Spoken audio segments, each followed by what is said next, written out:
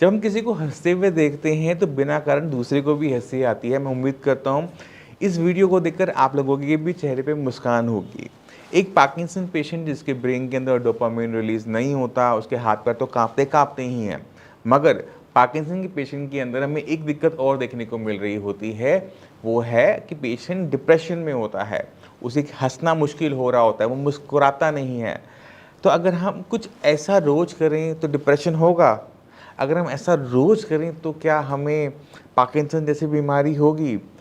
मैं चाहता हूँ जितने भी पार्किंसन के पेशेंट मेरी वीडियोस को देखते हैं, समझते हैं, मेरी छोटी-सी रिक्वेस्ट है उनसे, आज से जब आप सुबह अनुलोम-विलोम प्राणायाम करते हैं, तो 5-10 मिनट निकाल लो सिर्फ़ हँसने के, हास्य योग के।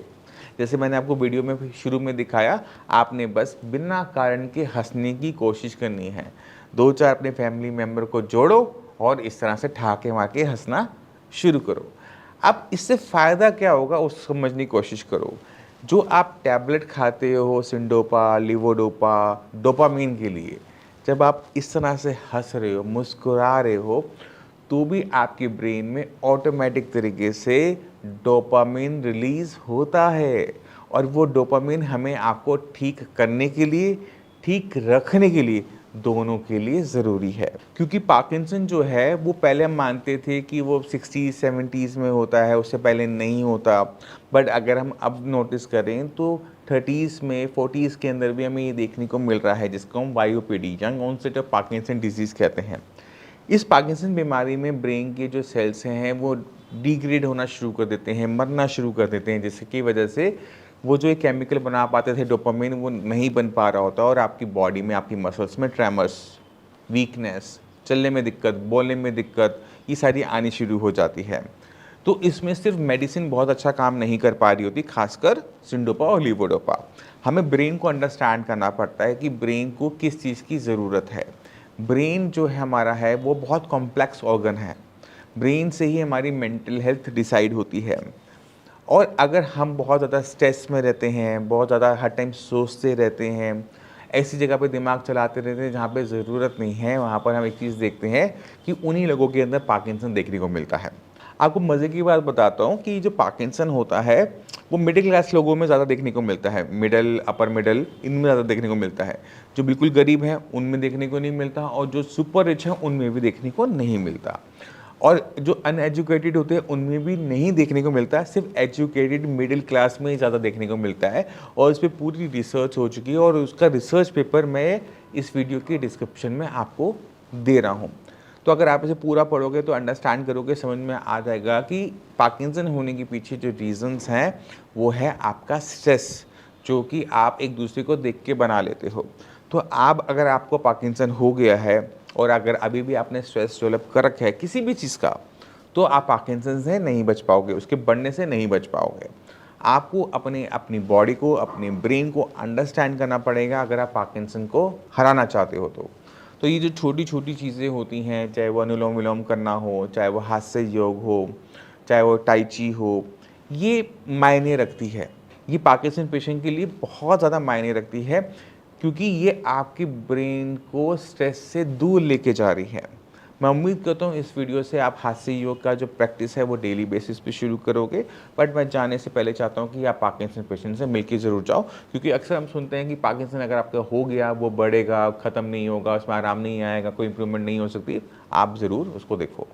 नमस्कार, मेरा नाम है डॉक्टर पुरुधवन और आज मैं आपको मिलवाना चाहता हूँ पार्किंसन के पेशेंट में। और पार्किंसन के पेशेंट भी ऐसे नहीं, वाईओपीडी, यंग ऑनसेट पार्किंसन डिजीज। तो हमारे साथ है सुहेंद्र जी। सुहेंद्र कहाँ रहते हैं आप? मैं बैंगलोर में रहता हूँ। बैंगलोर में रहते हैं। अच्छा। और आप लास्ट मंथ आए थे पहली बार। हाँ जी। क्या दिक्कत महसूस करते हो उस टाइम में? एक्चुअली मेरा लेफ्ट हैंड जो था बहुत सा स्टिफनेस आता था, थोड़ा सा कंपन था उसमें। हाँ। तो कन्फ्यूजन ये था कि पहले मेरे को तो सर्वाइकल का इशू था, तो 6 महीना 8 महीना तो सर्वाइकल का इशू बोल के मेरे को सर्जरी करना बोला था। उसके चक्कर में मैं इधर उधर 3-4 डॉक्टर से ओपिनियन लिया।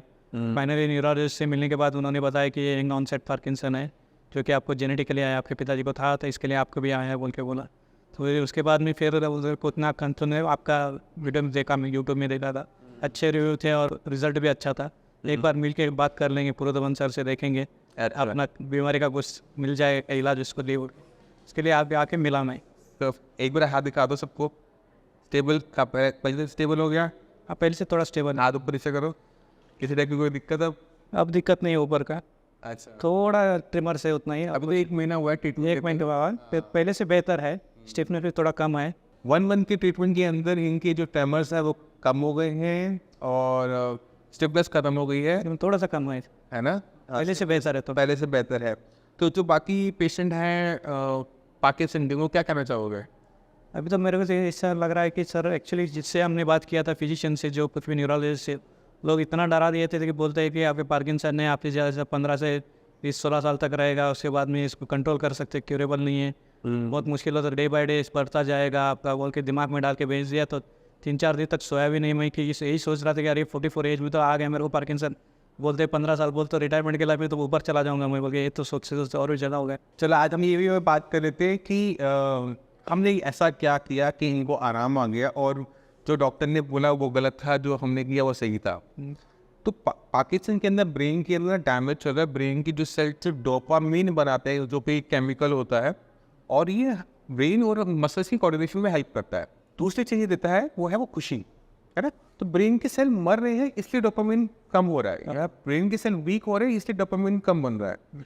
तो हम अगर सिंडोपा देते हैं, लिवोडोपा देते हैं, तो उससे जो आराम मिलता है वो टेम्परेरी मिलता है, कि हमने उसे पूरा तो कर लिया बट ब्रेन में हो रहे नुकसान को रोका नहीं। तो हम आयुर्वेद से क्या करते हैं, उस ब्रेन में हो रहे नुकसान को होने से आगे होने से रोक देते हैं। यानी जो नुकसान हो गया, अब और कोई नया नुकसान ना हो। तो ब्रेन की जो रिक्वायरमेंट है वो सबको पता है, उसे खाना चाहिए, उसे ऑक्सीजन चाहिए और उसको रेस्ट चाहिए।